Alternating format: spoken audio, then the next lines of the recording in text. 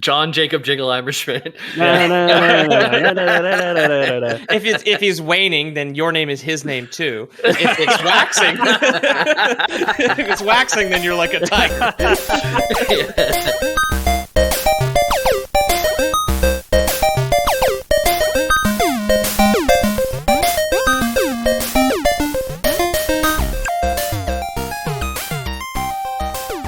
Welcome back to the internet's #1 fake history podcast, The Lore Boys. We're dipping back into the SEO well this week by loudly claiming that this is Elder Scrolls 6 lore, which, to be fair, this is not confirmed yet, but I will bet dollars to donuts that there's going to be Khajiit in Elder Scrolls 6, right? Like, we can all agree that it's definitely... There's definitely going to be Khajiit, so I can confidently say that this is Elder Scrolls 6 lore. Meow meow meow meow meow meow meow meow meow. Yeah, exactly. Yeah, we're getting the Elder Scrolls fans keen for Elder Scrolls 6, and we're getting the furries on this episode, obviously. Finally. Yeah, finally. I'm your host, Ethan Ree, and joining me is Ma Peter and Dar James. Say hi, guys. Hello. Yeah, I know they have their little European accents. With the is the actor they chose for the Khajiit, right? Yeah, sort of. Since the last time we did ESO, I played like a lot of Skyrim.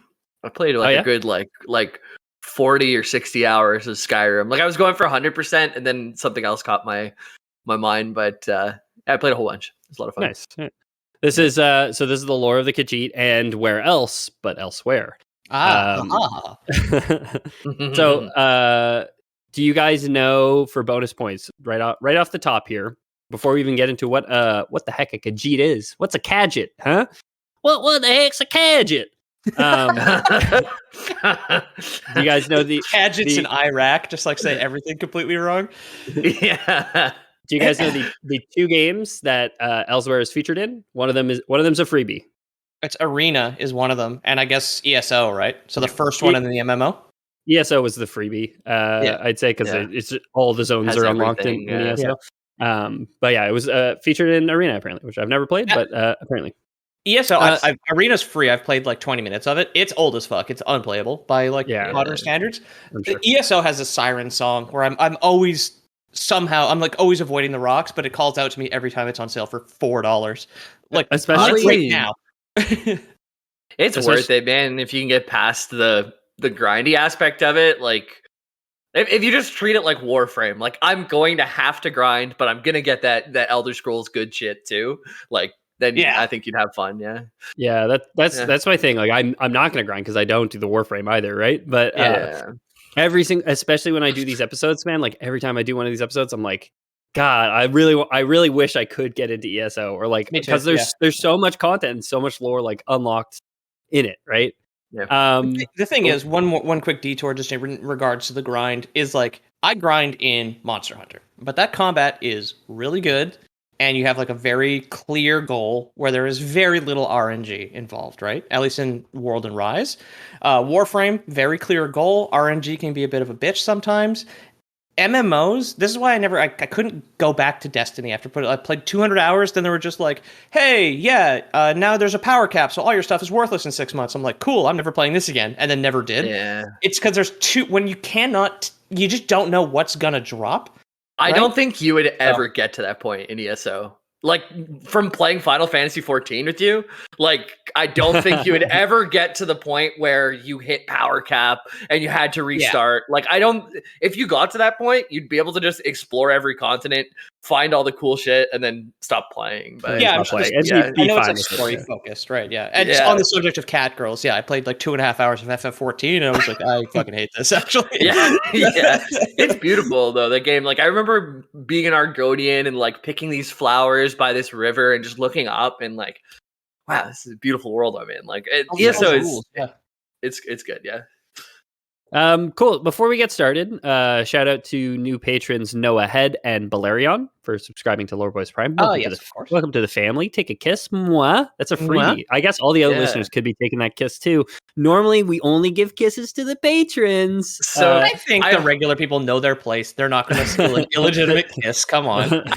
I bet you Noah's heard this before, but their name would be an excellent person to become a headless horseman after death.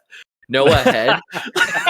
That'd be great, wouldn't it? It's also a good answer to, is it behind you? No, ahead. Yeah. Ahead.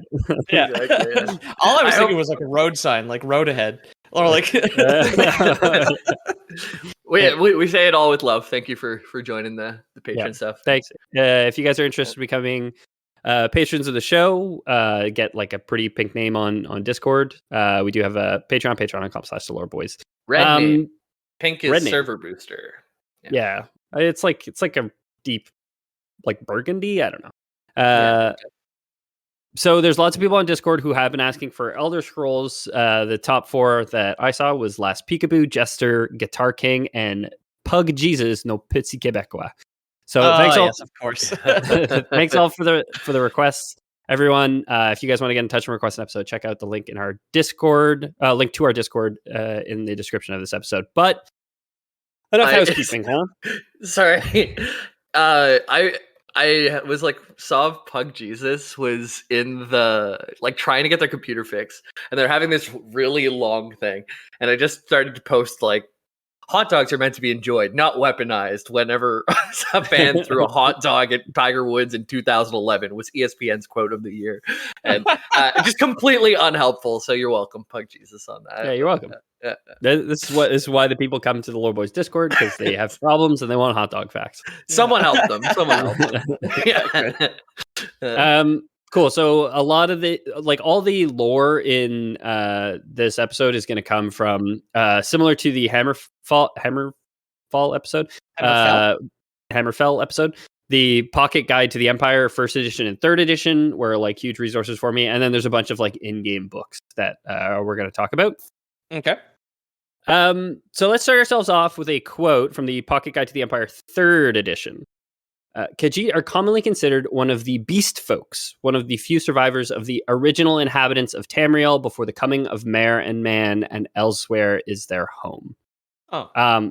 Now we've already kind of talked a bit about Khajiit because we obviously are super familiar with them. We haven't, described to somebody who's never necessarily played an Elder Scrolls game or seen. We could talk until we're blue in the face about what a Khajiit is. Nothing we say will do better than the first line on the Khajiit wiki page on fandom.com. Okay. So top of the page, first line, not to be confused with cat. And cat is obviously a hyperlink to a disambiguation with the various installments of cats throughout the Elder Scrolls series. Namely 2. So there's cat and there's cat wiki pages for Daggerfall and for ESO. I don't know if they don't exist in other games, but for somebody who's never played an Elder Scrolls game, doesn't know what a Khajiit is, they're cat people. I wonder if you can kill cats. You can't kill children. You must be able to kill a cat. Well, you can kill dogs and chickens. You can kill everything else. That's true, yeah. Right. So I guess I say they're cat people. Not entirely true. They're cat people, and they're also cats, which we'll get into in a little bit. They're just I've read about this, smart cats. But it's like the Argonian, which we have an episode on, who are like the lizard people. It depends on like how they're born and raised. Is there some Argonians who are very humanoid, some who are like totally animalistic, some who are like these jacked up like Bane basically from Batman, but like a lizard, or I guess it would be the crocodile from Batman. He has one of those. Never mind, I'm an idiot. There are a lot of beast races. The Argonians is one that we've done an episode on. Those are the only other playable beast race, as far as we know. I talked about it during the Hammerfell episode. Like the Slode are like one of the beast races. I would love to do just like an entire let's just go through all the fun little like beast races and go through a bit of their lore. So maybe keep an eye out and let me know if that sounds like something that you guys would be interested in, because I think it'd be fun. So Khajiit are one of the 10 playable races in the Elder Scrolls. They're anthropomorphized cat people, or again, sometimes not anthropomorphized and just cats, but we'll get into that in a little bit. Okay. Like the Argonians, it's dependent on how they're born, not on how they're raised. It's entirely dependent on how they're born. but we'll get into it in a little bit. Yeah, they hate Mondays regardless whether they're playable or not. Yeah, right? exactly. Yes, Love lasagna, hate exactly. Mondays. Yeah, exactly. They're known for their natural agility and stealth, leading to a pervasive racial prejudice that all Khajiit are thieves, is a common trope throughout the games. Dude, you know what else they do racially? Their hands do 4 times the damage that of a man's. So they're the perfect for a melee build in Skyrim. Yeah. Jester, longtime supporter of the show, pointed that out on the server. And The first Elder Scrolls game I played was Oblivion, and my first character was a Khajiit, like an unarmed Khajiit, essentially. And they got like the paralyzing power attack like unlocked by default because they started with 25 unarmed. Cool. So you could just like, it was like hold back and power attack, and you just like paralyze whoever you hit. If you've only played Skyrim, people may not know there are some wacky input and attack combos in Oblivion. Like there is some very weird like keyboard mouse directional shit that you can do that like I don't think you appreciate how like kind of cool that is. There's like you can like do dodge rolls and shit too in that one. It's like as your skills rank up, you get different combos and different passive moves. And they get the bonus on arm strikes because they're like kitties. They got claws. But again, we'll talk about the claws in a little bit. Okay. So they're typically considered beast races of Tamriel. There are those, and there is like in-game canon theories, like in fiction canon beliefs that they're not, and they may actually be Mer. The main supporting theory for that is that there's different classifications, different breeds, I guess you could say, of Khajiit. Some of whom look very much like one of which looks very much like men, and one of which looks very much like Bosmer, the hairless cat. That doesn't really look like a man, dude. It's just like a humanoid hairless cat. The wrinkles everywhere. No, this is my friend Bobby. He's come on, Bobby, stand up on your 2 feet like you showed me before. Come on. He's very affectionate. He's cold all the time. Right? Yeah. So I'm gonna say Lore Boys canon. So yeah, the officially the canon is still open. They might be Mer, but not according to like their creation myth or like some other histories of like people who found the proto Khajiit at some point. For people who didn't listen to our last ones, Mer is like the family tree of elves, right? Yeah. Everything but man or beast folk, which is the majority of playable races in Skyrim. So man comes from another plane. The Mer comes from another plane as well, and they're also descended from the DaedraA and Aedra in some regard. But they make up like the Dunmer, who are the Dark Elves. They make up the Bosmer, who are the Wood Elves. They make up the Orsimer, who are the Orcs. And the Altmer, who are the High Elves. The supreme magical ones. Yeah, which leads to Aldmeri Dominion and all that stuff. Yeah. So Lore Boys canon, I'm gonna say that they're not Mer. They're just beast folk, and my reasoning for that is there's never been an iteration of the games that they have a name that ends in Mer. Like it's not Catmer. Like that's not written anywhere on the internet. So or anywhere canon on the internet. So I'm going to say even definitely the developers didn't intend this, and it's like it's a fun little like in-universe fiction, but I think we're safe to say like no, they're definitely beast folk, right? I like the in-game anthropologists who have not answered this yet, and how there's like the school of anthropology in Tamriel, like on Nirn is just like, I don't know. I mean, it's like a deep sea animal. It's just like, well, we've just never encountered a cat person alive long enough to analyze his behavior. Well, speaking of deep sea animals, if there's deep sea elves, would they be Mer? Yeah, Mermer. Mermer. Yeah. And if they're females, they got mermaries. I'm sorry. So Khajiit are cat people, like we said before. They also come in typical big cat quadrupedal variety. So you do get Khajiit, who are like 4-legged cats that like run around on the ground. Cool. They have the intelligence of like the other of the Khajiit. So they have the same like mental capacities. They're just like their physical form is changed essentially. Okay, they'll still jump on. Yeah, they'll still jump on your counter and knock a glass onto the ground, but they know they're doing it, you know? Yeah. Can you imagine like an adult man-sized Khajiit just like scratching at your door? It's just like, I don't know, my roommate ruined my couches. Yeah, well, you got to neuter them, otherwise they're going to spray too. Like, oh, man, yeah. God damn it, Bobby, stop that. Where's the spray bottle? Don't fucking spray me with that spray bottle, man. I hate that shit. Like I use Bobby. Bobby, a friend of the show that we mentioned a lot. So he's Mur in canon now, or he's a Khajiit in canon. Lore Boys canon. So like real cats, they have claws, which is what gives them the in-game bonus to unarmed damage. We canonically, and I gotta stress, canonically know they share another feature of our very own Felis catus. I do know this one because I remember there's like a limerick or something. There's a limerick or something in Skyrim about it. Or Don't spoil it. Okay, don't if you do know it, don't spoil it. But it's the primordial pouch. No. Good guess, but no.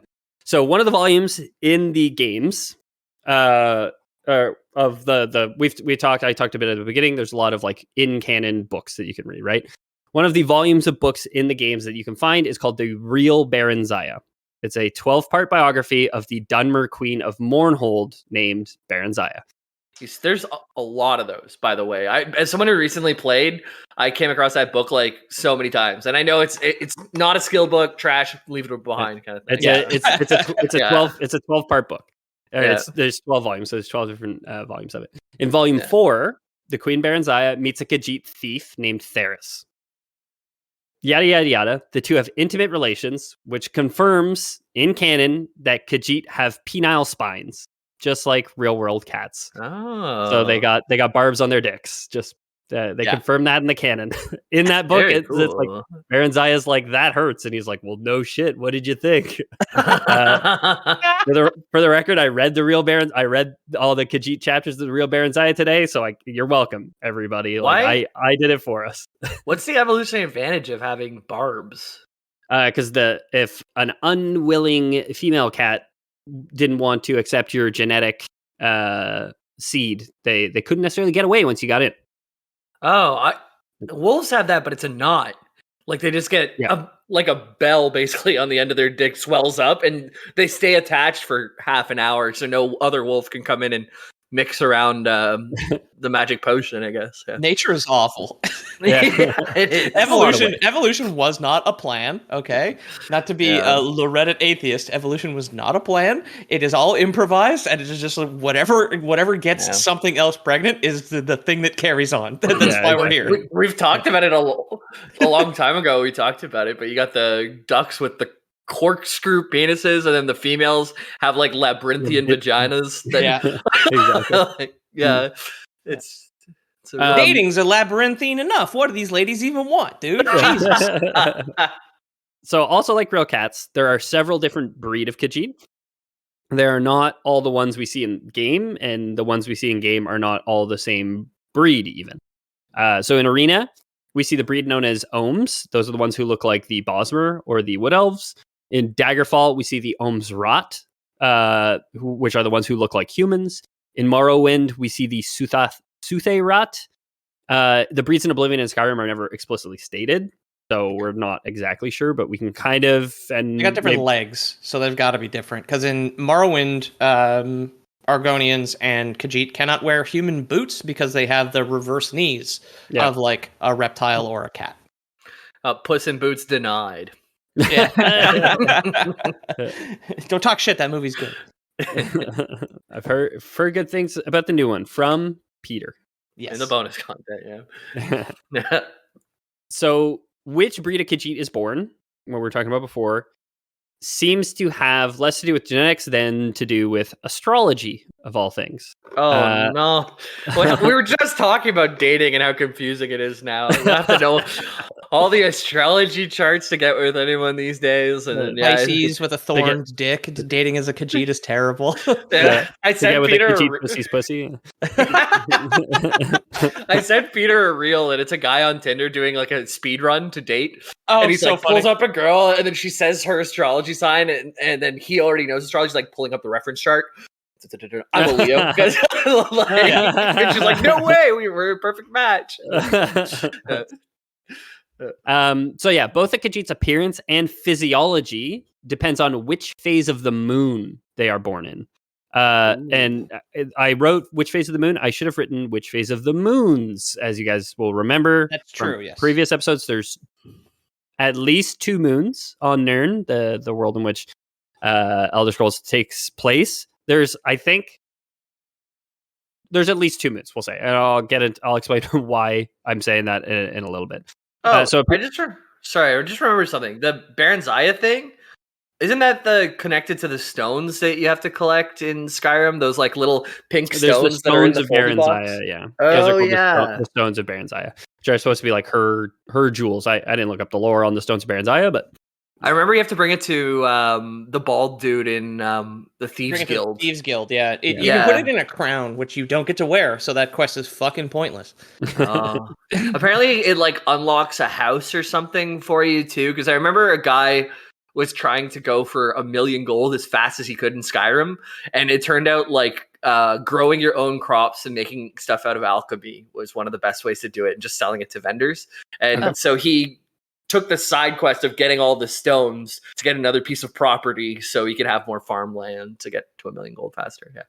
I watched a really cool playthrough or like broken playthrough of Skyrim, which was level 1, like beat the game, but it basically involved like, and I don't know if this has been patched since, but it involved going to like the ritual stone, which is like when you pass Whiterun, you go like up the hill on the right, and like it's there, and it lets you just like resummon a corpse essentially, but it lets you do it like it summons all corpses in a 60-foot radius or something like that.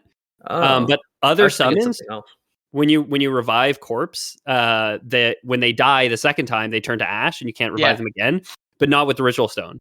So you just get like an army of like, you start with like an army of wolves, and then you end up with like an army of guards, and then you get like an army of giants, and then you can just kind of like run through the game, and they just like do all your fighting for you. But it's like all the stones you can only use once a day, so it's like you have to use it, then you have to wait 24 hours. Like you have to hit the wait menu and just like wait for 24 hours every time you use it, and it like lasts for like, I don't know, like a minute in game or something like that. Diablo 2 Necromancer playthrough of exactly of Skyrim. That's cool. Yeah, I mean, there was a bunch of other stuff that he eventually got it so that like he didn't have to wait the 24 hours, and like the summons lasted like way longer and all that, but it got very crazy. Cool. So we were talking about Khajiit though, not random stories from Skyrim, random YouTube Skyrim videos that I watched at 2 a.m. one time several years ago. So appearances vary drastically from one breed to another. Some resembling the common house cat, some are quite small. Others resembling giant tigers, and like I said before, others being indistinguishable from men or mer. There are 17 known or encountered breeds of Khajiit, though according to the first edition pocket guide, there are more than 20 in total, at least. I have a quote here. The Khajiit attribute their improbable biology to the workings of the Jaka-J, the moon strings or lunar lattice, a magical and semi-divine phenomena believed to derive from the influence of Tamriel's twin moons, Maser and Secunda. So there's a lot of gobbledygook there. Jaka-J is essentially the Khajiit. The Khajiit have their own pantheon. There's a lot of parallels. So like Akatosh is known as Alkosh we'll get a bit more into them. We're not going to go deep into their pantheon because a lot of it is the same. But like Jaka-J is he's a unique god to the Khajiit, and he comes in 2 forms, Jode and Joan, which represent the 2 moons essentially. Okay. Cool. The 2 cat people that would buy a bunch of different cats, right? Yeah, exactly. Jode and Joan. Yeah, exactly. Yeah. So the main variations on their size and shape when born are dependent on Nirn's larger moon, Maser. That's the one known as Jode. Depending on the phase of Maser, the Khajiit will take on one of 4 main appearances. So if the moon is full, if Maser is full, there'll be a large quadruped. If Maser is not full but it is waxing, there'll be a large biped. If Maser is a new moon, there'll be a small biped, and if Maser is waning, there'll be a small quadruped. Oh, okay. I was hoping if one of them, like, it was the top half. Oh no, I guess that is how it works. What's the opposite? Wait, do they have like human feet and then like a cat on the top? That's the normal part, right? Is there ever the opposite? Like a centaur? Yeah. Like there's like the cat bottom and then the human at the top. Well, I mean, so there's 17 encountered yet. Maybe Elder Scrolls 6 confirmed. We're gonna have human top. All the races in Elder Scrolls 6 are gonna be top half human and just bottom half the other bullshit. So the other bullshit. And I don't mean every playable race. I mean like every species, everything. Mud crab, bottom half crab, top half human. You know, cool. Dragons, bottom half, and it's the how would a dog wear pants? Yeah. You can have the same conversation of like how would you split the dragon so that the top half is Right. human, but yeah, that's how it's going to be confirmed. Cool. sounds great. So I'm into I was it. just thinking about like how wildly dangerous like a tiger centaur would be, because you'd have like the upper torso of a man with like a spear and a shield, and then the lower body of a cat, which has like the front paws and like those wicked kicking back paws. Oh, Like yeah. I would Yeah. fuck you up. Yeah. That's it reminds me of you know how people are whenever they become paralyzed from the waist, it's always the waist down. It's never the waist up. But like a cat running with a person on the top, like cats are so fluid. I feel like the top half would be flopping all over as the cat's running full blast. You know, it'd be hard to stay up straight. Well, there's some comic, and I apologize for not being able to cite the author, but it's like when centaurs are babies, because foals will walk within an hour, but Right. babies can't sit up for the first like 5 months of their lives. Like True. floppy neck. So it's the full bottom half is like running around, and the baby top half is just flopping around. You know? So the second moon of Nirn, Secunda or Joan to the Khajiit, affects how bestial a Khajiit will appear depending on its phase. During a waxing phase, a Khajiit is born more bestial, and during a waning phase, less so. So I think I'll remember the name of those moons. It's pretty. The first bigger one is named Maser, like massive, and the second one is Secunda. Yeah, It's pretty easy to remember, isn't that? I love how you're saying, I think I'll remember that. Like, we haven't talked about it on like 4 other episodes. We haven't brought this up. So clearly you forgot it the other times, but we'll see if you do remember. Well, it's striking a chord now. So Yeah. We'll see. So I have an excerpt here. It's pretty long, but we can joke in the middle of it a bit. It's an interview with some. It's weird. So I found this like series of interviews on the site, the Imperial Library, which is just like a repository of a bunch of like Elder Scrolls lore and also like real world things.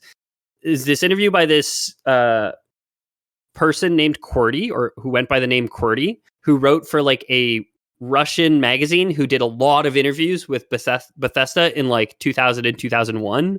Okay, cool. On the lore of the Elder Scrolls and like the development of the Elder Scrolls and all this other stuff. So this one in particular is translated from Russian.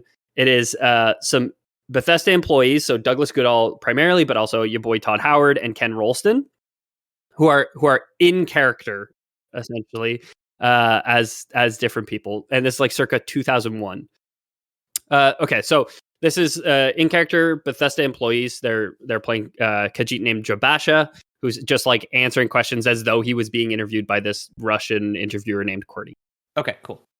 Khajiit are born to the lunar lattice, the Jakajay. The phases of Master and Secunda at birth determine a form a Khajiit takes in life. Khajiiti newborns look very similar to one another, with their form becoming clear over several weeks. We are smaller than you humans when we are born, but we grow faster. Okay. When Master is new and Secunda is full, the Ohms is born. They are like the Bosmer, but sometimes shorter. Many Ohms tattoo their faces to show they are Khajiit. So they look like so much like the Bosmer, or not like cats, that they actually will get like cat-like tattoos on their face to show that they are so. Tabby. Yeah. You get the tabby M above the eyebrows, right? Yeah. Very nice. When Master is new and Secunda is waxing, the Ohms Rot is born. They have light fur and a tail, but they walk on their heels like men and can be mistaken for men at a distance. So Pete, you were kind of saying how like not all of them have the feet to fit a man boot. These ones do, and these ones like are often confused with men and just being like, oh, you're just like a hairy dude, you know? You're a guy with a tail, whatever.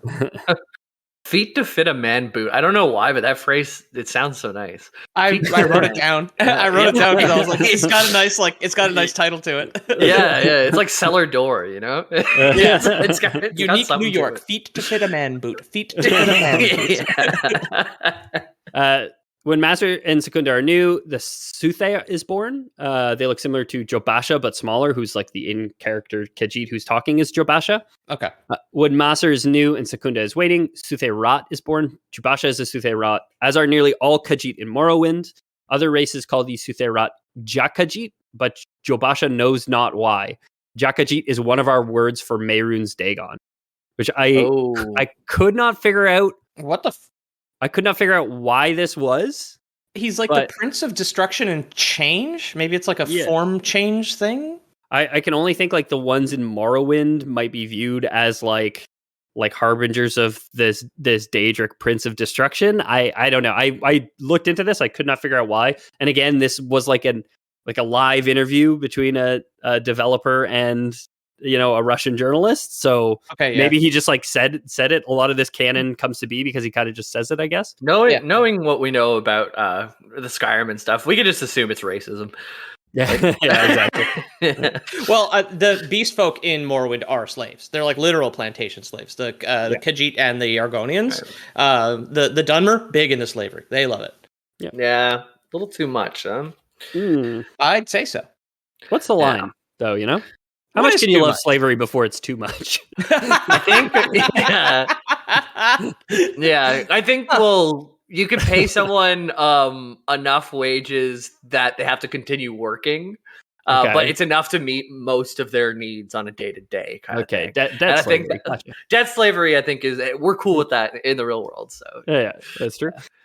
So when Master is waxing, Secunda is full. The Cathay is born. They are larger than Jobasha and stronger. When Master and Secunda are waxing, the Cathay Rot is born. They are even larger and stronger than the Cathay. Wow. When Master is waning and Secunda is full, the Alphic is born. The Alphic is like what you would call a house cat. Jobasha does not advise calling an Alphic a house cat, for while they are not made to speak your language, they do understand it. So there are like house cat, like quadrupedal small cats, or quadrupedal small Khajiit, I should say. Excuse me. Who again have racism. Have the intelligence to understand language, just don't have the mouth shape to speak it. Oh, it's like you go and visit Sheogorath, and there's one of the, what's it called again? The house cat version of Khajiit? Elphic. So you go see Sheogorath, and you have the tea party, and there's one in the tree, an Elphic in the tree with the big smile and everything. Yeah, exactly. Cheshire Elphic. That doinks, yeah. When Master and Secunda are full, the Sench is born. The Sench is very large, but similar to the Pamarat, they stand as tall as an Altmer and can weigh as much as 20 Altmer. Other Khajiit ride them. So there's like, which is like, they have like piggyback mounts of giant catmen. Giant, not catmen. They're like, these are like four-legged ones. So like it's just like catmen riding giant cats, essentially. That's rad. Giant intelligent cat. We don't have that. The closest thing we have are like horse girls who pretend to be horses and run on all fours. I love that woman. She's just amazing. Oh my There's multiple. I found another one. I've only seen the one. Yeah. JB sent me a crazy one recently. Yeah. Maybe I'll try and get a piggyback one of these days for one of them. We'll see. Yeah. That is really cool. Sorry, because when you said they were as tall as an Altmer, of course, I imagined them standing upright. But you mean like at the shoulder of the Khajiit? It is like they're like 6'5". As tall as an Altmer, but weigh as much as 20. So way large. Bigger. Yeah, exactly. Yeah, huge. When Master is full and Secunda is waxing, the Sench Rat is born. The Sench Rat is much larger and slower than the Sench. Their legs are straighter and their body is not as long. They stand as tall as 2 Altmer and can weigh more than 50. These are also ridden, especially in battle. Imperials call them battle cats, but again, Jobasha does not suggest calling a Sench Rat a battle cat. Imagine you're just a teenage Khajiit and you get pregnant and you get stuck with the one that's 50 times the size of you. And you gotta, first of all, give birth to these things. They're much smaller when they come out, but then you gotta hope it's not a litter. Yeah. You gotta feed these things. Holy, man. Yeah. Oh my God. When Master is full and Secunda is new, the Pamar is born. They're like what you would call a tiger. So they're like quadrupedal and just a tiger. When Master is full and Secunda is waning, the Pamarat, they are like the Pamar, but larger and more dangerous. So according to legend in the first edition pocket guide, there's another lunar alignment dependent on a third secret unconfirmed moon. What? Yeah, that's why I said there's at least 2 moons. So these motherfuckers have a secret moon they've been hiding from us, right? Well, according to Khajiit legend, a main can be born only under a particular alignment of Master and Secunda when a third moon also appears in the sky in line with them. So essentially, there's like a Disney's Hercules. Yeah, of course. What do you call it? It's the alignment. I can't remember. Starts with a Z, I think. Ziggurat. When all the planets align, and then all the Titans get locked under the ocean or something. I'm looking up the word for it. There's syzygy. A syzygy is when all That's the word for it. yeah, when the planets align. Okay. Oh yeah. Ziggurat is a song by Periphery, a band. Oh. So the main is the formal title given to the non-partisan spiritual leader and ruler of Elsweyr and the Khajiit people. Cool. Khajiit tradition holds that only one main can be alive at any time, and that there is indeed only one main because he's just reborn in different bodies throughout It's the like age. the Dalai Lama, basically. Does he have like a specific body type, or could he end up in like? Could he be the house cat? Could he be an elfic? Could he be a? He's not a specific breed. He can be any breed of Khajiit, technically. Oh, man. I sent you a picture, the only picture for today's episode, which is the only picture of a main that I found. Wow. You do meet a main you meet the ghost of a main in one of the games. He's literally all main. Yeah, so we'll get into what his deal is or why he looks like that. But you guys want to just describe what he looks like, I guess, for the listeners. Cousin from the Addams Family. He's just hair from head to toe. Yeah, it is like Cousin It, but without the blind guy glasses. It's just a regular cat's face in the middle. just poking out of like these dreadlocks, just like sprouting off him. So to explain what the deal with that is, I have an excerpt from the first edition. In olden times, the Khajiit would shave off their own manes in deference to the main, creating them into locks that he would incorporate into his own gigantic mane. Over time, as the population of the region grew, this ritual became impractical. Now, while all Khajiit still remove their manes, they do so largely as a symbolic sacrifice. The current main still wears the hairlocks and braids of his own tribe, as well as those of his warrior guard, which encompasses hundreds of Khajiit. He is so weighted down by the hair of his kinsmen that he cannot move without aid and often travels about the countryside by means of a palanquin. Wow. So he's so cousin itted himself, he like can't walk, basically. Can't wipe his own. Like there's no way you can wipe your own ass in that, you know? No. And he has to go in the litter box too, and he's got all the litter stuck to it. It's all matted. Well, I mean, so we'll get to it in a little bit. They're from Elsweyr, which is desert, so like really the world is their litter box. You can shit anywhere. So they don't mention like which type of Khajiit it could be. So there could be like that like old pyramids in the desert from a long time ago with the house cat on top, who's actually the main, and they're all just like bowing down to the big house cat. Yeah. I know, but like your empire would go through like different cycles, right? Like at some point you'd have like a gigantic tiger king at some point, and then there would be like the dark times when the weak men ruled of just like a bunch of like foppish house cats, completely weighed down by the wigs that their people donate to them. Yep. Which is like, so I was kind of mentioning it before.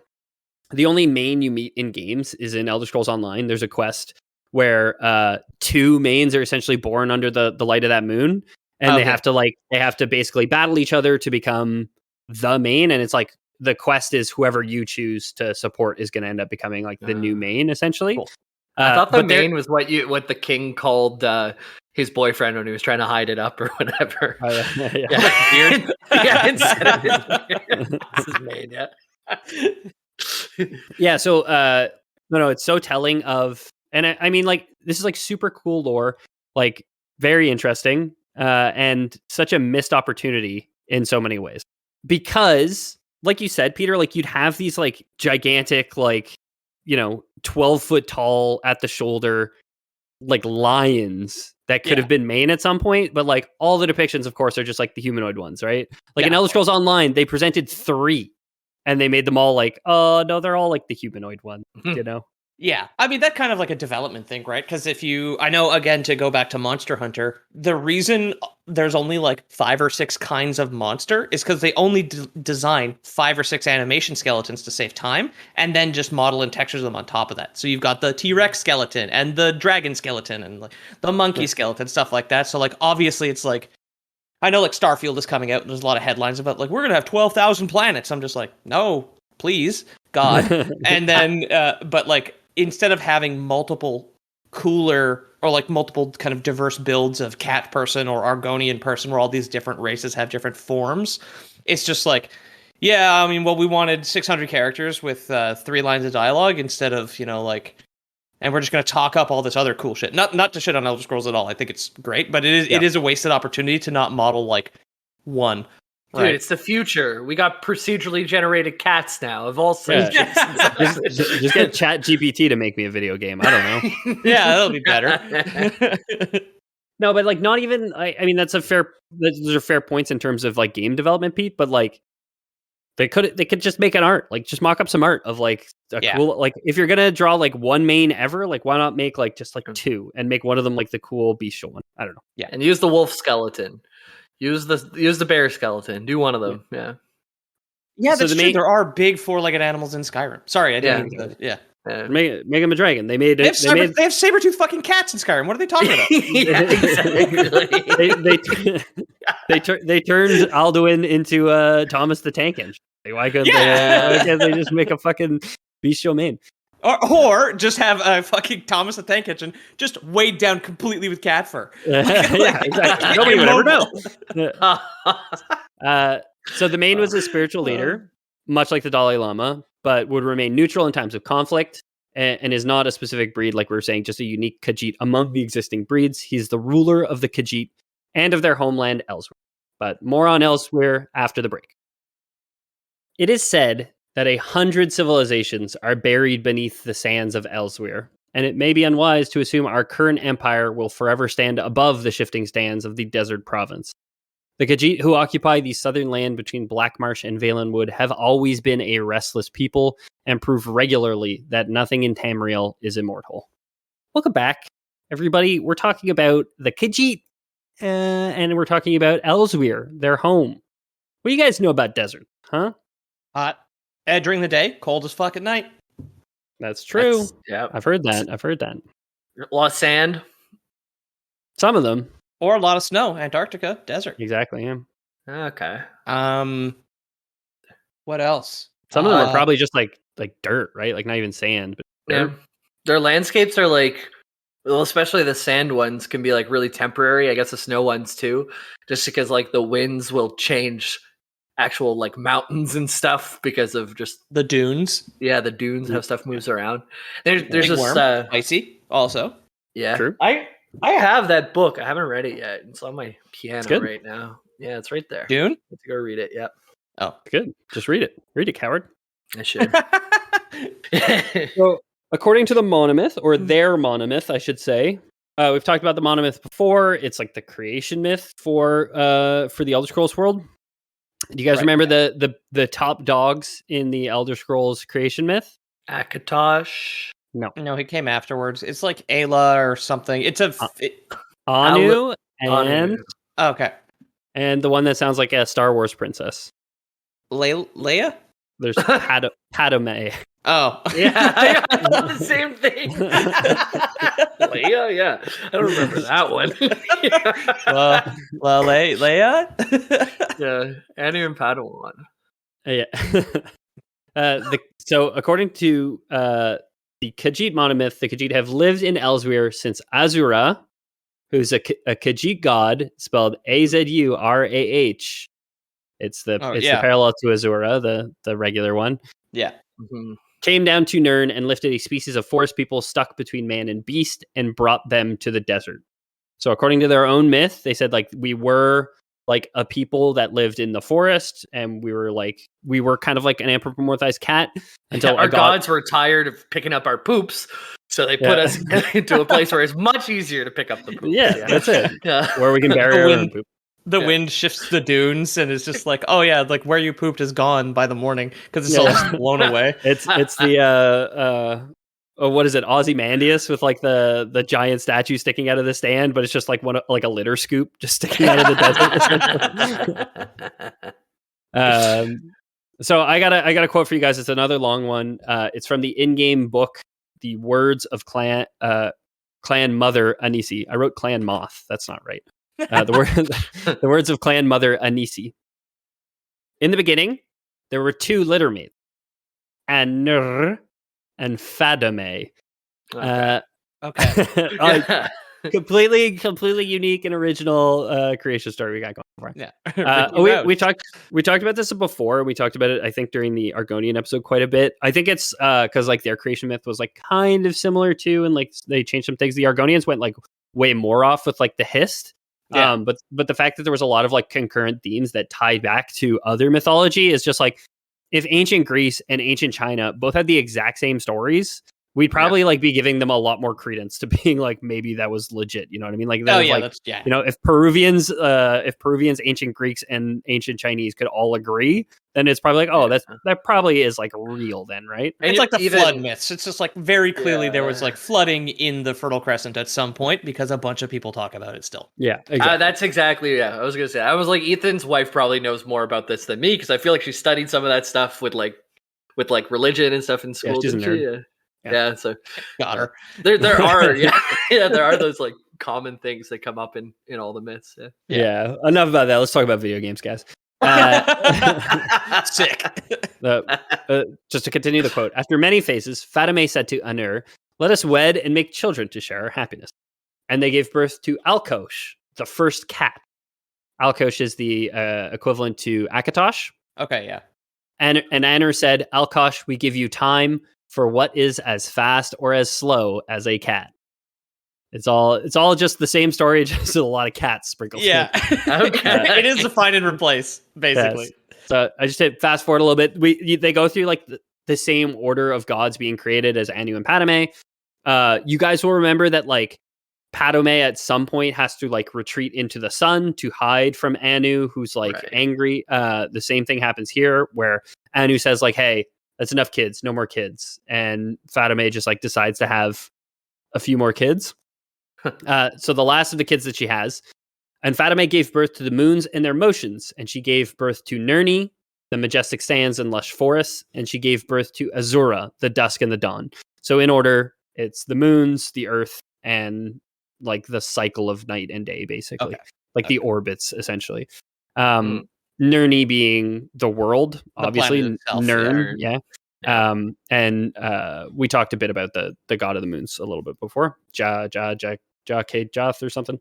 John Jacob Jingleheimer Schmidt. If he's waning, then your name is his name too. If it's waxing, if it's waxing, then you're like a tiger. If he's waxing, then you're Mr. Miyagi. There you go. Yeah, that's right. To continue the quote, and from the beginning, NirnThe and Azura fought for their mother's favor. NirnThe, to you, Fatima leaves her greatest gifts. You will give birth to many people as Fatima gave birth today. When NirnThe saw that Azura had nothing, NirnThe left smiling. So they had kind of been like competing for their mother's attention. And then mom says like, "Hey, you're the world. You're going to like birth the races of the world, essentially," which is like the beast races specifically, right? So most applicable to the Khajiit and the Argonians of the playable races. Yeah. And all of Fatima's children left except Azura. And Fatima said, "To you, my favored daughter, Fatima leaves her greatest gift. To you, Fatima leaves her secrets." And Fatima told her favorite daughter 3 things. When NirnThe is filled with her children, take one of them and change them. Make the fastest, cleverest, most beautiful people and call them Khajiit.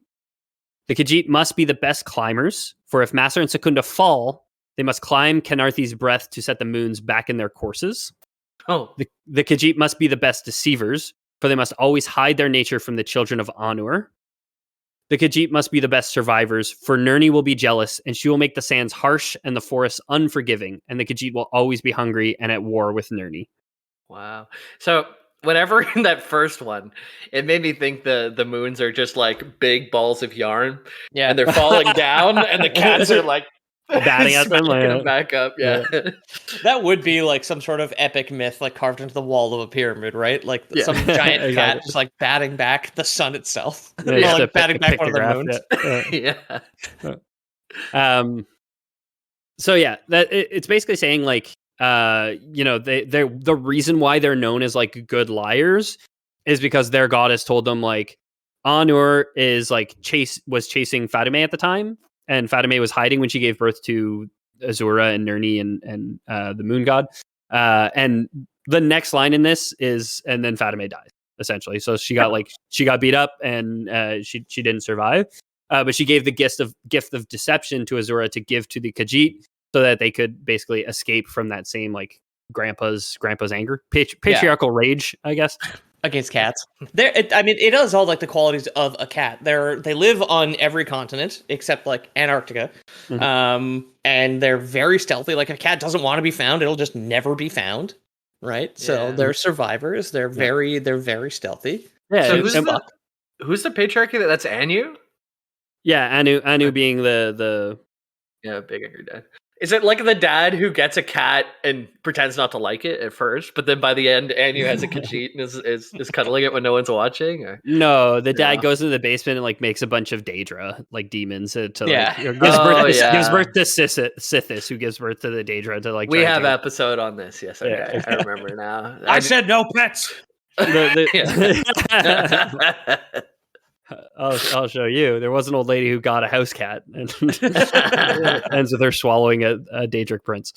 Then they made them good. Azura was told by Fatima to make them good survivors because they'd be living in the desert. Again, it's creation myth, so like I say this every time we talk about creation myths, but like I love the idea of like reverse engineering these to make it like fit the people, and I do think Elder Scrolls always does such a good job with this, where it's like they're desert people, so they have something in their creation myth that's like, oh, we're living in the desert because our goddess built us to survive in it. And we clearly see like the moons change the way our children are born, so we must be tied to the moons. It's very much just like that. Trying to explain it away. It's like, so why don't we live somewhere with drinkable water? It's like, because God made us tough. Yeah. Exactly. Okay. Yeah. So as a result, Elsweyr is a harsh land of arid scrubland and sprawling desert, bordering on more verdant lands at its borders. So it borders on Cyrodiil. It borders on the Valenwood. It's way south. It's way south. So it borders on the Valenwood, which is where the Bosmer live, so where the Wood Elves lived, and it borders on Cyrodiil, which is where the humans. I see Jamie searching a map of I just want to look at the map of Nirn just so I have like a good reference. Yeah. It has like a coastal region in the south of Elsweyr. It actually does have like marsh and rainforest and jungle, essentially. Cool. That's a transition to Black Marsh, right? Does it border that? I think it does on the east, but it's not necessarily like the. I'll post it, boys. I have it. Okay. Anyway, Elsweyr's society has always been divided along this line of like the harsh desert in the north and the verdant kind of rainforest in the south, which just makes sense. There's like a stratified plantation aristocracy centered on production of the hallucinogenic moon sugar, occupying the southern groves, and a society of nomadic desert tribesmen occupying the badlands and desert. So it is like mostly desert, but there is like a rich, like verdant area in the south, and that's like where the rich people live because that's where the means of production is, right? It's like I guess I mentioned it earlier, not really knowing that it would be direct comparison. It is like the Fertile Crescent, like kind of North Africa, or like Northeast Africa and like Jordan, and then you've got like nomadic Bedouins out in the dunes. Yeah, there's a really interesting like map of the southern United States, plantation country, like the Confederate South, the dirty South, you can see voting demographics, and you can overlay that with like soil fertility, and they match up like really closely, because where soil fertility was high, people had a lot of slaves, and the descendants of slaves, black people, tend to vote Democrat, not Republican. Interesting. So it's like a really interesting, like, oh, just because like these were the verdant places, like that's where this thing is focused, which is, I guess the parallel here is like, this is the verdant area, so this is where like the wealth is focused, is in the south, right? Well, in Europe, there's a map that shows radiation poisoning and porn preference, and hentai is most preferable in areas of high radiation. So what does that say? That people who get a little bit too much of the uranium juice, they like the 2D women. So I think it means I must have been irradiated as a child. I don't know. I guess, yeah, JB posted the map. Elsweyr doesn't border on Blackmarsh, but just because Cyrodiil kind of like juts down in between the two, it looks like they probably I did completely at some point. forgot the shape of Cyrodiil because I haven't played Oblivion in years. Yeah. I was just trying to remember. I played Oblivion not that long ago. I was just trying to remember. I was like, does Blackmarsh like reach under Cyrodiil? But I didn't think it did.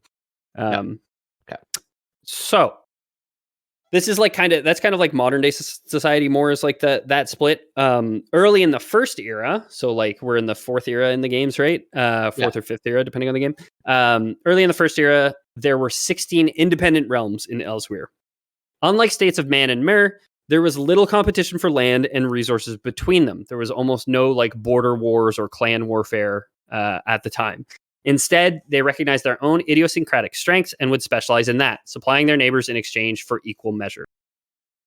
So, as an example, NirnThe, where great warriors were born in trade, might trade its warriors to Torval in exchange for fish and other bounties of the sea. So it is like an idyllic society. It seems like, according to the 3rd edition Pocket Guide to the Emperor, where everyone is just like, we don't have any fish because we're in the desert. You guys are on the coast, but we do have warriors because we don't have any. We don't spend any time fishing or farming because we're in the desert. We just spend time practicing fighting, I guess. So I'll trade you a stout warrior for a fish. Makes me wonder how the history was like brought on to like the next eras or whatever, because like I guess in the case of humans, like you would know, oh, these guys were at war because we found stone tip arrowheads and we found like stabs into whatever, but the Khajiit fight with their hands. They're not going to find weapons. They were very peaceful. They never fought ever. We didn't find just a bunch of receipts. So the dominance of each region. So again, there's 16 states we can call them. The dominance of each state is influenced by the moon or the moons. I keep writing moon when I mean moons. And that accord was respected by all. So when both moons were full, NirnThe was in dominance. When both moons were half, Torval. And when both moons were new, Senchal was dominant. So it's basically just like depending on which phases of the two moons, the same as the kind of the birth chart. Everybody gets their turn. Yeah, we'll just change who is the like in charge of the government at the time, essentially. The astrology girl cat people really did like. Maybe we should give that a shot. Clearly, the governments we currently have don't work. So maybe. Like, we can just give that a shot in the real world. I did write down, like, a couple of jokes about, like, a pumpkin spice, like a Khajiit with a pumpkin spice latte and Ugg boots that I just, like, couldn't make work, and I kept deleting in the script, so, like... Yeah, there's also something there with, like, time of the month and, like, coming around. I don't know where to put it all together, but, yeah. So a continuation of the last quote I read you guys from the 3rd Pocket Edition. For 1,000 years, this delicate astronomic and political dance was equal to facing every threat posed against the Khajiit. The Elysian Empire chose not to extend its borders too far south, and the Bosmer of Valenwood likewise knew how far eastward they dared to extend their kingdom. But the terrible Thracian plague of First Era 2260 finally upset this balance forever. Traveling down the trade routes into the heart of Elsweyr, the plague decimated the Khajiit, forcing the survivors into roles they did not choose. Thus was the province turned from 16 states to only 2, Pa-Alantin and NirnThe, more commonly known by their Cyrodiilic names of Pelentin and Anaquina. So things were going great until COVID came and just kind of fucked everything up. Supply lines got fucked, and basically like certain populations, like the fishing people got like too decimated that they're like, well, we can't provide fish to everybody now unless you guys like send some people over. And there's just kind of like this great like mix up of people and a cultural revolution, I guess you could say, not necessarily a good one. That is how I think the Black Plague part of it was spread by trade, like ships and the Silk Road, like spread it. That's how it like got so far. Yeah. Well, there's rats on every ship, right? Yeah, exactly. Also, it's considered COVID too in our globalized world, like got here on a plane. Yeah, right? Exactly. Yeah. So after the Thracian plague, but prior to the Second Era 309, Elsweyr was almost continuously mired in internal conflict and strife between its tribal factions. So like it was just like the perfect balance, and it just got tipped off, and they've never found their footing again. Yeah. Due to its tribal strife, it was incapable of presenting a common force to external enemies, and in the words of the Pocket Guide to the Empire First Edition, the nearly constant insurrection and tribal warfare among the Catmen rarely troubled the stage of history. So they kind of enter this like Dark Ages where they're very just like internal and feuding amongst themselves, and there's all this bloodshed and death, but like nobody really cares about what's going on in the desert. Well, they're too busy infighting to like invade Cyrodiil, right? Yeah, exactly. And they never seemed like super keen on invading Cyrodiil. Like it seems like this was the land given to them by God, right? Like they just wanted to defend it, but like they didn't make any like significant like cultural or scientific or anything advances during this time, just because they were really in the Dark Ages, right? Yeah, I mean, if your culture is so insular and you can't trade with outside people, it's just like, again, it's like with the fertility of the soil or even the Fertile Crescent in the Middle East, it's just like, if you guys don't have iron, you're not going into the Iron Age. It's literally impossible. Exactly. I'm trying to think what Khajiits would be good at. It's like, street magic didn't really penetrate into the next, cultural renaissance. Can you just imagine, like, you have like Leonardo da Vinci, Michelangelo, Donatello, you got like all the, the Teenage Mutant Ninja Turtles, but they're just named after like street magicians. Like Houdini, David Blaine, David Copperfield. Yeah, there's Chris Angelo with his baton. Yeah. It's got like it's just Michelangelo the Ninja Turtle, which is the Chris Angel hair. It's just something that oh my God. put that on a t-shirt.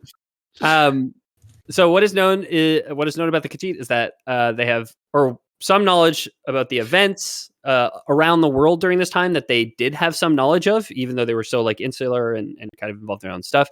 They were aware of the eruption at Vardenfell. Listen to our Morrowind episode if you want to learn more about that. Morrowind episodes. Did we do? Well, they would have to be. Were they all like culturally mixed up already? Because that happened when the prison crashed into the island in like the Third Era. That happened after Oblivion, I think, didn't it? I don't know. I can't remember. The Red Mountain may have erupted twice. I definitely mentioned it in that episode a million years ago. Yeah. So they called that Sun's Death. They say like the eruption of Vardenfell, so I'm going to guess it's happened once. But either way, like this period of like stagnation lasts up until the Second Era 309. So I'm not sure what exactly the timeline looks like there. Some sources even state that the Khajiit fought alongside Wolfhearth at the Battle of Red Mountain. So it seems like that also happened before this point. Yeah, because the Battle of Red Mountain would have been like when whatever. We have an episode about it. Sorry, never mind. I have another quote for you guys, or a continuation of a quote. The two kingdoms, of course, represented the moons at their extremes, but also radically different interpretations of Khajiit culture, which they adopted from the tribes each had absorbed. The people of Peloton considered their neighbors in Anaquina to be uncouth barbarians, while the Anaquinians looked to the south and saw only decadence and depravity. Again, this is that cultural line, right? Where you have these rich aristocrats with all these resources, and then you have these hardened warriors living in the desert. Yep. For many more centuries, the two lands fought, neither gaining appreciable ground. The south had the wealth and could hire mercenaries and withstand sieges, but the north had a warrior culture and could never be dominated. Wait, you didn't say aristocrat. You said aristocrat.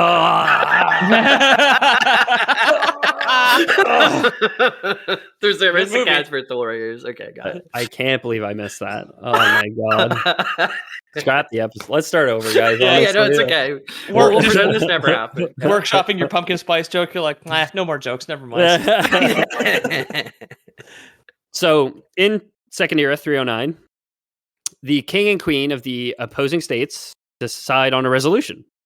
Carago of Anaquina and Ashita of Peloton, the king and the queen, would marry.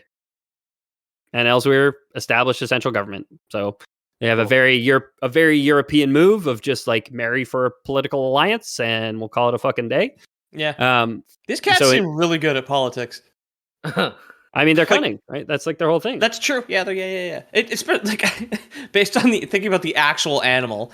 It's just most of them are super fucking solitary and have like no social interaction whatsoever, except for like a pride of lions, right? Yeah. Exactly. Like the cats are happier by themselves. You've got tigers are by themselves. A lot of these other things, but like these ones, like no. I mean, thank God tigers can't set up government because we would be doomed. Exactly. Yeah. How would they like get married? Do you think that like he pulls the ring from behind her ear and slides it onto her paw? Or it's like he's got 3 folded cards on a collapsible table. Is this your card? Ace of diamonds? No, it's not. Check your finger. Okay.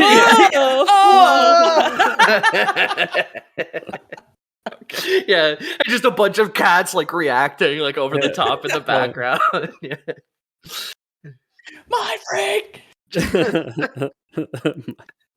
The king and queen of these opposing sides get married. When the two leaders are forming their alliance, they recall an old Khajiit proverb: "Perfect society is always elsewhere," giving the land its modern name. So it comes from an old Khajiit. Elsweyr. Oh. I always thought that was like a developer pun. It's like, where are the cats? The cat people from? It's like elsewhere. It is. It probably So that lore bomb comes from a different QWERTY interview with the developers, and one of them basically says it comes from the Khajiit proverb: "Perfect society is always elsewhere." So he says that, but it's absolutely just like, for sure, it just started like they're elsewhere, and then I really feel like they reverse engineered that as well. Yeah, right. I like this is gonna be way too Canadian, but like that is one of those like part of our heritage commercials where you've got like the Native American or the Native Canadians saying like Canada, and the French idiots are just like, well, that must be what the country is called. Is just like the part of our heritage would have that proverb in it, right? Yeah. Canada just means like river or whatever, and like that dialect of indigenous. Yeah, the Iroquois language or whatever it was. Yeah.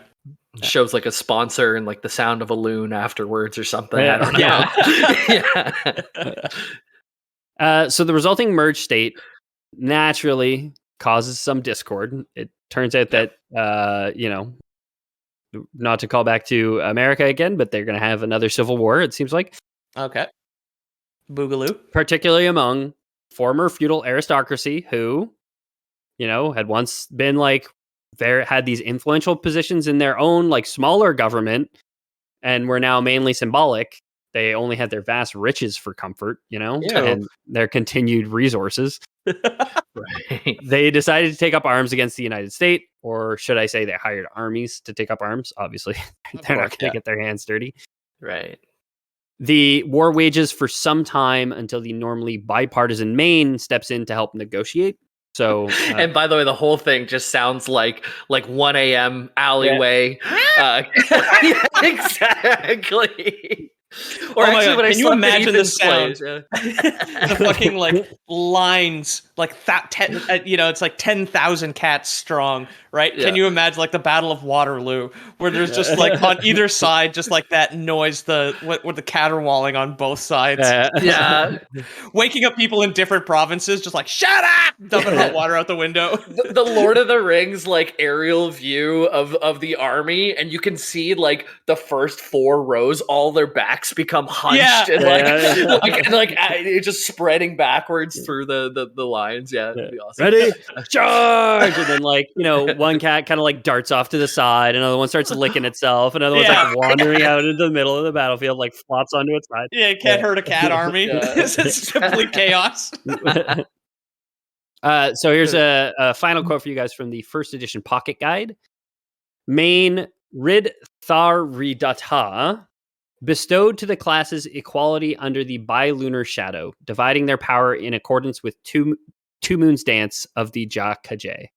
So the Main steps in, basically reinstitutes what they had with like the 16 states with just the 2, where they say like, hey, just like when this one's in power or when this one's full, like this group is in power, when this one's full, the other group is in power. And that's the system of government in Elsweyr today. It's this kind of like fluctuating. Like every 4 years, they vote in a different party. Well, you had like the southern like moon sugar plantation owners, and then the guys up north. It was just like, okay, like now they just bring in their spiritual leader to like end the war on drugs, like decriminalize moon sugar, and it's just like, oh, good, peace, finally.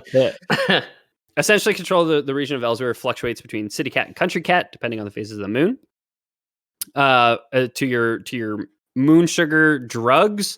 Fun fact: it's not a drug to the Khajiit, but. We'll talk about that more on the bonus episode. That's been it for the Khajiit lore this week, folks. If you like the episode, consider leaving us a 5-star review on iTunes or your podcast app of choice.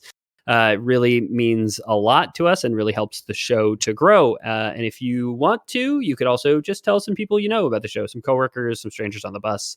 Whatever you think is appropriate. Especially strangers on the bus, yeah. Especially strangers on the bus. We don't advertise the show, so this is the only way we grow, and we've been growing great because of your guys' hard work. we've given like a lot of opportunities where we say, okay, you know what? If you're on the bus, just grab a stranger's hand. That's happened in past episodes. So like, I think there's more than once. So like, those are the perfect opportunities. You know? Peter, what's going on in the Instagram/comic world these days? At Loreboys Podcast on Instagram. I'm on vacation from my day job to get to my comic job. Things have been going well. I had a good flow there in December, and then work got crazy busy working on Ant-Man, Ants Take Manhattan, as I believe the subtitle is now. I'm not really sure. Can't remember. That's about it. Yeah, just doing my personal work, doing my thing. People be sending me stories these days, so feel free to send me some donk memes if you wish. I will give you a heart react because I'm probably pooping or doing something else when I'm reading your messages. Yeah, and that's at Loreboys Podcast on Loreboys Podcast on Instagram. Give us a follow. We have on the subject of astrology girls. Currently, we have more followers than like some hot chicks that I know who post thirst traps. So it's very good to know that like. Art's not dead. You can post a single image every week. We can be do better than a hot chick sometimes. We can be successful without putting women down, Peter. Okay. Yeah. Jesus Christ. Jimbo, what's going on with you, man? Just get in the Discord. So I spend most of the time. I've been chatting up a storm in there lately, hanging out with the folks. Doing like food pics, dog pics, video game progress updates, all that fun stuff. Computer troubleshooting help. Yeah, I just noticed I'm drinking a desert Death Valley beer, and we're in the desert, so it's the desert. Yeah, very much. I got the right beer today. This is the first time I tried it, and it's good. It's triple hops. It was hoppier than I expected. I didn't read the triple hop part, but strong. Yeah. The link to the Discord is in the description of this episode. If you guys want to request an episode or just chat with us, that's a great place to do it. We also have an email, loreboyspodcast@gmail.com or contact@loreboys.com. We will be doing a mailbag at some point in the near-ish future. No dates confirmed or anything like that, but we are going to humbly ask you guys to send in some emails. They can just be funny, they can be jokes, they can be sincere, they can be whatever you want. And if they're not super inappropriate, we'll read them live on air. One quick thing about that, actually, try and keep them a little bit short. I do appreciate when people want to like gush, but since we're going to be reading it live, maybe keep it to 2 paragraphs or less. That would be great. Leave what you would really want us to read at the top. Otherwise, we might just cut some of the bottom.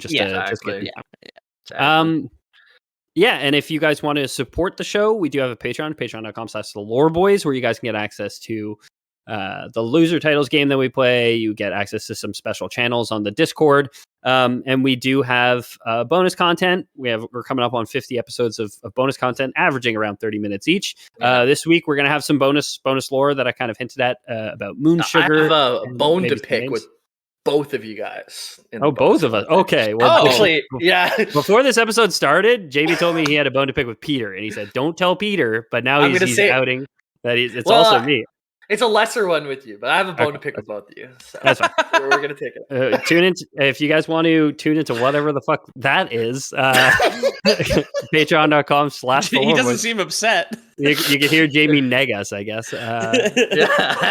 And of course, if you guys don't believe in Patreon because it's not part of your feline creation myth, then we do have Loreboys Prime, which is technically canon to all major world religions. Just by weird coincidence, we didn't design it like that, but Jesus did believe in our message of Loreboys Prime. This week we will be issuing you guys some what do you call them when you horoscopes? That's the word. Horoscopes. We're gonna be writing some horoscopes. So we just need you guys to send us a picture of you holding a stranger's hand on the bus. Right. For an undisclosed reason. Hey buddy, don't worry about it. Okay. Don't even sweat why we need that picture. Okay. But we do need the picture. So send us a picture and we will send you back a customized horoscope based on your astrological sign or not. Maybe the phase of the moon or maybe whatever. Yeah. Do some street magic with them and then like make their hand end up in your hand and they didn't even expect it. Oh, is this your hand? It's like, oh wow. Holds up like stump of arm, like exactly. I think that would constitute a Lore Boys.